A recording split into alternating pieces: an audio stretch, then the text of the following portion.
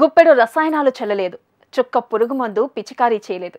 అయినా సేద్యంలో సత్ఫలితాలను సాధిస్తూ ముందుకు సాగుతున్నాడు ఈ యువ రైతు. ప్రకృతి వ్యవసాయ పితామహుడు పాలేకర్ విధానాలను చూసి ప్రేరణ పొంది సహజ పద్ధతుల్లో సమీకృత సేద్యం చేస్తూ అందరి దృష్టిని ఆకర్షిస్తున్నాడు. 10 ఎకరాల్లో దేశీ వరితో సహా పండ్లు, కూరగాయలు పెంచుతూ తోటి యువకులకు ఆదర్శంగా నిలుస్తున్నాడు. గట్లను సైతం ఖాళీగా వదలలేదు. క్రాసులకు అందించే కలప మొక్కలను పెంచుతూ భవిష్యత్తుకు భద్రత కల్పించేందుకు బంగారు బాటలు వేసుకుంటున్నాడు. ప్రకృతి విధానాలను అవలంబిస్తూ సేద్యంలో స్ఫూర్తిగా నిలుస్తున్న మంచిర్యాల జిల్లాకు చెందిన తాళ్లపల్లి శ్రీనివాస్ గౌడ్పై ప్రత్యేక కథనం.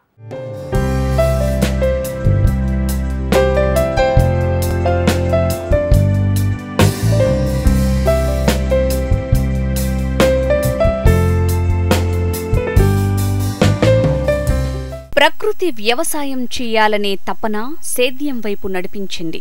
సుభాష్ పాలేకర్ ప్రకృతి పాఠాలు ప్రేరణను అందించాయి. చదివింది 10వ తరగతే అయినా ప్రకృతి పంటల సాగులో ఈ యువ రైతు ఎంతో మంది యువకులకు ఆదర్శం.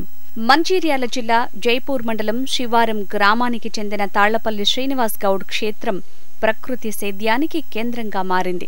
పాలేకర్ స్ఫూర్తితో ప్రకృతి వ్యవసాయం చేస్తూ జిల్లా రాష్ట్ర స్థాయిలో తనకంటూ ప్రత్యేక గుర్తింపును సంపాదించుకున్నాడు ఈ యువ రైతు. సహజ పద్ధతుల్లో సమీకృత సేద్యం చేస్తూ సాగులో ప్రస్తుతం నెలకొంటున్న సమస్యలకు పరిష్కార మార్గాలను చూపుతున్నాడు.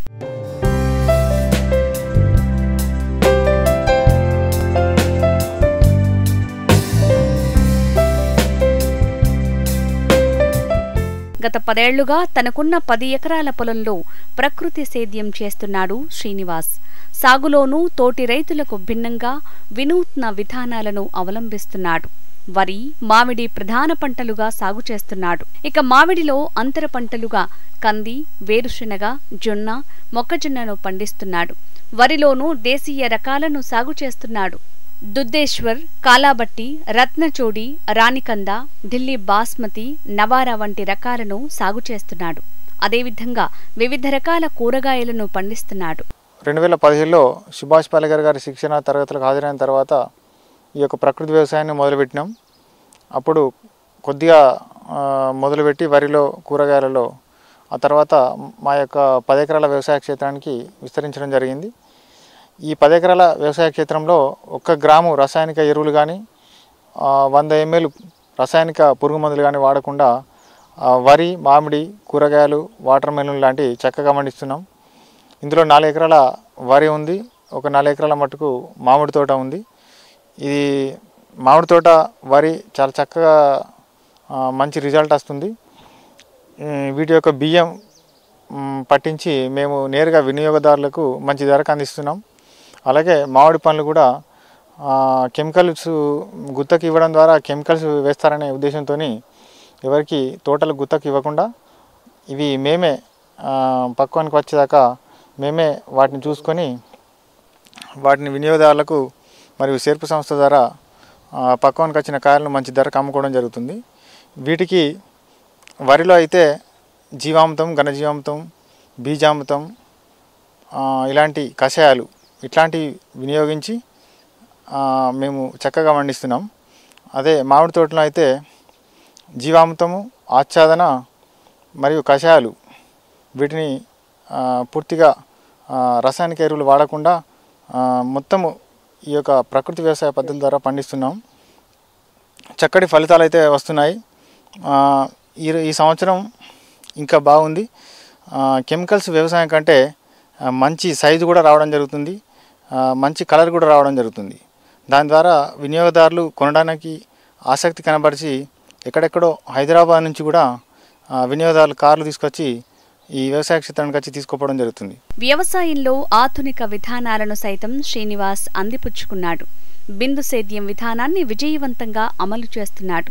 తనకున్న 1 బోరుతోనే 10 ఎకరాల్లో సేద్యం చేస్తున్నాడు. 75 సెంట్ల విస్తీర్ణంలో నీటి కుంటను తవ్వి వాననీటిని సంరక్షిస్తున్నాడు. గట్లపైన కలపనిచ్చే టేకు, మలబారు వేప చెట్లను పెంచి అదనపు ఆదాయం ఆర్జించే మార్గాలను ఏర్పరచుకున్నాడు. రానున్న రోజుల్లో కుంటలో చేపలను పెంచి మరింత ఆదాయాన్ని పొందేందుకు ప్రణాళికలు సిద్ధం చేసుకుంటున్నాడు. వ్యవసాయంతో పోల్చుకుంటే ఇందులో పెట్టుబడి ఖర్చు చాలా తక్కువ. కెమికల్ వ్యవసాయంలో ప్రతి సంవత్సరం కొత్త కొత్త రోగాలు వస్తున్నవి, పంటలకు కొత్త కొత్త మందులు వస్తున్నవి. అందుచేత రైతులకు పెట్టుబడి భారం ప్రతి సంవత్సరం పెరుగుతూ పోతుంది. కాబట్టి ఈ యొక్క ప్రకృతి వ్యవసాయాన్ని ప్రతి ఒక్కరూ తమ ఇంటి అవసరాల కొరకు మొదలుపెట్టి ఆ తర్వాత వారికి ఉన్న వ్యవసాయ క్షేత్రాన్ని మొత్తం విస్తరించాలని తెలియజేస్తున్నాను. ప్రకృతి వ్యవసాయం ద్వారా పండించిన ఉత్పత్తులకు మార్కెట్లో చాలా మంచి డిమాండ్ ఉంది. వీటి పండ్లను ఇతర దేశాలకు పంపించేంత క్వాలిటీ కూడా పండిస్తున్నాము. ఎందుచేత అంటే పండ్లలో విష రసాయనాల అవశేషాలు లేకుండా, ధాన్యాలు కానీ బియ్యంలో విష రసాయనాల అవశేషాలు లేకుండా ఉంటాయి. కాబట్టి ఇతర దేశాలకు కూడా ఎగుమతి చేయడానికి అవకాశం ఉంటుంది. ఈ విధంగా చక్కగా పండిస్తున్నందుకు ఈ సంవత్సరంలోనే మాకు 3 అవార్డులు రావడం జరిగింది. రసాయనిక ఎరువులు, హానికారక పురుగు మందులు వాడడం వల్ల భూమి సారం దెబ్బతింటుందని ఈ యువ రైతు ఆవేదన వ్యక్తం చేస్తున్నాడు. పర్యావరణం కలుషితం కావడంతో పాటు రైతుకు కూడా పెట్టుబడులు పెరిగి సాగు గిట్టుబాటు కావడం లేదంటున్నాడు. అదే ప్రకృతి సేద్యంలో అతి తక్కువ పెట్టుబడితో సహజ వనరుల సహకారంతో లాభం అందుతాయని హర్షం వ్యక్తం చేస్తున్నాడు. ప్రకృతి సాగు కాస్త శ్రమతో కూడుకున్నదే అయినా అది ఇచ్చే ఫలాలు రైతుకు లాభాలు తెచ్చిపెడతాయంటున్నాడు. పంట సాగుకు అవసరమైనవన్నిటినీ పొలంలో తయారు చేసుకోగలిగితే రైతే రాజవుతాడంటున్నాడు. ఈ ప్రకృతి సేద్యంలో నీటి వాడకం కూడా చాలా తక్కువేనని, విద్యుత్ను ఆదా చేసుకోవచ్చంటున్నాడు.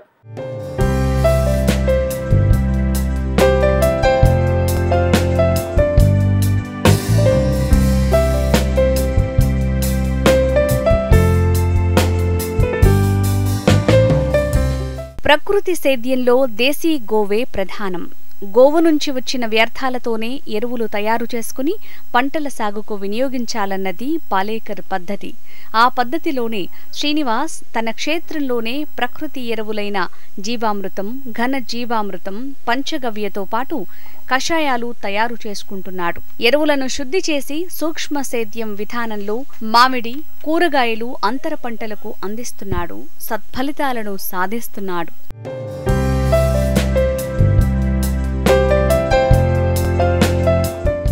పురుగు మందులు లేకుండా పంటలు ఎలా పండుతాయని కొత్త విధంగా వ్యవసాయం చేస్తే ఊళ్ళో వాళ్లు నానా రకాలుగా అనుకుంటారని మొదట్లో ఇంట్లో వాళ్లు కూడా అభ్యంతరం చెప్పినా అవేవీ పట్టించుకోని శ్రీనివాస్ ఆవు పేడ, మూత్రంతో జీవామృతం, ఘన జీవామృతం, కషాయం తయారు చేసి పంటలు పండించటం ప్రారంభించారు. ప్రారంభంలో కాస్త ఇబ్బందులెదురైనా ఆ తర్వాత వ్యవసాయం సులభమైందని అంటున్నాడు శ్రీనివాస్. వరిలోనూ వివిధ ప్రాంతాల నుంచి సేకరించిన దేశీ వంగడాలని పండిస్తున్నాడు. వినియోగానికి నాణ్యమైన ధాన్యాన్ని అందిస్తున్నాడు. ఈ యొక్క ప్రకృతి బాగుపడితే, జీవ వైవిధ్యం బాగుపడితే మనుషులు కూడా ఈ భూమి మీద ఎక్కువ రోజులు బతకడానికి అవకాశం ఉంటుంది. ఈ యొక్క నీళ్లు కానీ, గాలి కానీ, భూమి కానీ కలుషితం కాకుండా బాగుంటుంది. భూగర్భ జలాలు కూడా పెరుగుతాయి. విద్యుత్ వినియోగం కూడా తగ్గుతుంది. ఇట్లా పంటలలో కూడా విష రసాయనాల అవశేషాలు ఉన్నాయి కాబట్టి వినియోగదారులు కూడా తీసుకోవడం వల్ల వాళ్ళ యొక్క రోగ నిరోధక శక్తి పెరిగి రోగాలు రాకుండా ఈ యొక్క హాస్పిటల్ ఖర్చు కూడా తగ్గే అవకాశం ఉంటుంది. కాబట్టి ఈ యొక్క ప్రకృతి వ్యవసాయాన్ని ప్రతి ఒక్కరూ ఆచరించాలి.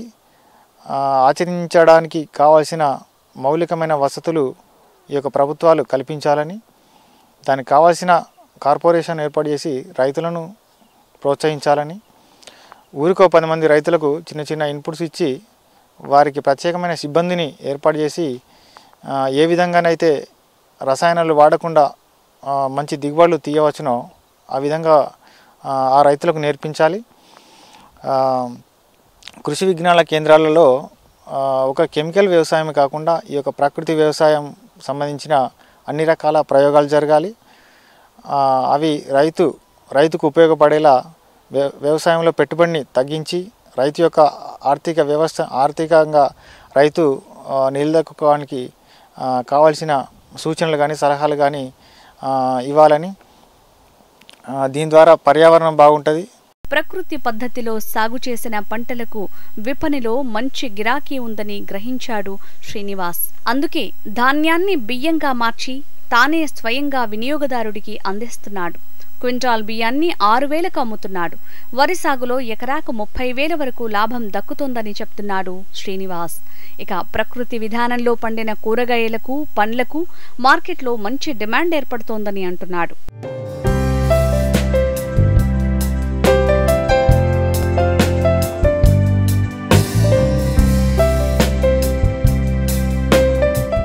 చుట్టూ పంటలకు రక్షణగా సోలార్ విద్యుత్తో రక్షణ కవచం సైతం ఏర్పాటు చేసుకున్నాడు. అడవి పందులతో కలిగే నష్టాన్ని తప్పించుకునేందుకు డిజిటల్ మైక్ని సైతం ఉపయోగిస్తున్నాడు. ప్రకృతి వ్యవసాయంలో సత్ఫలితాలను సాధిస్తున్న శ్రీనివాస్ సాగు పద్ధతులు తోటి రైతులను ఆకర్షిస్తున్నాయి. సేద్యంలో లాభాలను సొంతం చేసుకోవాలంటే రైతులంతా సహజ వ్యవసాయాన్ని ఆచరించాలంటున్నాడు ఈ యువ రైతు. అంతేకాదు వినియోగదారునికి నాణ్యమైన ఆహారం దక్కుతుందంటున్నాడు. ప్రకృతికి మేలు చేసిన వారమవుతామని చెప్తున్నారు. నేను ప్రకృతి వ్యవసాయం చేద్దామనుకున్న తరుణం లోపల నాకు అగ్రికల్చర్ వాళ్ళని సంప్రదిస్తే శివారం గ్రామంలో శ్రీనివాస్ గౌడ్ అని ఒకతను చేస్తున్నాడు. అంటే నేను ఇక్కడికి చూడడానికి వచ్చాను. ఇది ఎలా చేస్తున్నారు ఏంది అంటే నేను యూట్యూబ్లో చాలా వీడియోలు చూశాను, కానీ అయినా అంటే చూద్దాం అంటే నేచురల్గా చూద్దామని వచ్చేసిన.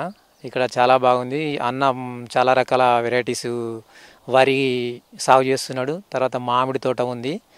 ఇది నేను కూడా చేద్దామని మాకు వరి పొలాన చేయడానికి, తర్వాత మల్బరీ కూడా పెడదాం, దానికి కూడా ప్రకృతి వ్యవసాయంతో చేద్దామని ఆ ఉద్దేశంతో చూద్దామని ఇక్కడికి మార్నింగ్ నేను బస్సులో రావడం జరిగింది. ఇక్కడ చాలా రకాల వెరైటీస్ వార్డులు పెట్టిండు. అందులో చూశాను, బాగానే ఉంది. మామిడి తోట బాగుంది. ఇంకా మామిడికాయలు కూడా చాలా బాగున్నాయి, చాలా పెద్ద సైజుగా ఉన్నాయి. కాయలు కూడా బాగా చెట్టు కంటే ఒక్కొక్క చెట్టుకు చాలా వరకు రాలిపోకుండా కాయలు ఉన్నాయి. తర్వాత మిర్చి ఉంది. మిర్చి కూడా నేచురల్గా పండిస్తున్నాడు, అంటే ప్రకృతి వ్యవసాయం ద్వారానే పండిస్తున్నాడు. అందులోనే ఉల్లి ఉంది, తర్బూజ ఉంది, తర్వాత క్యారెటు, చాలా రకాల అంటే ఇంటికి సరిపోను అన్ని రకాలుగా పండిస్తున్నాడు. అందుకొరకే నేను చూద్దామని ఇక్కడికి వచ్చినాను. రైతును ప్రకృతి సాగు వైపు మళ్లించేందుకు ప్రభుత్వాలు కృషి చేయాలంటున్నాడు శ్రీనివాస్. ప్రత్యేక శిక్షణ కార్యక్రమాలు ఏర్పాటు చేసి రైతుల్లో చైతన్యం తీసుకురావాలంటున్నాడు శ్రీనివాస్.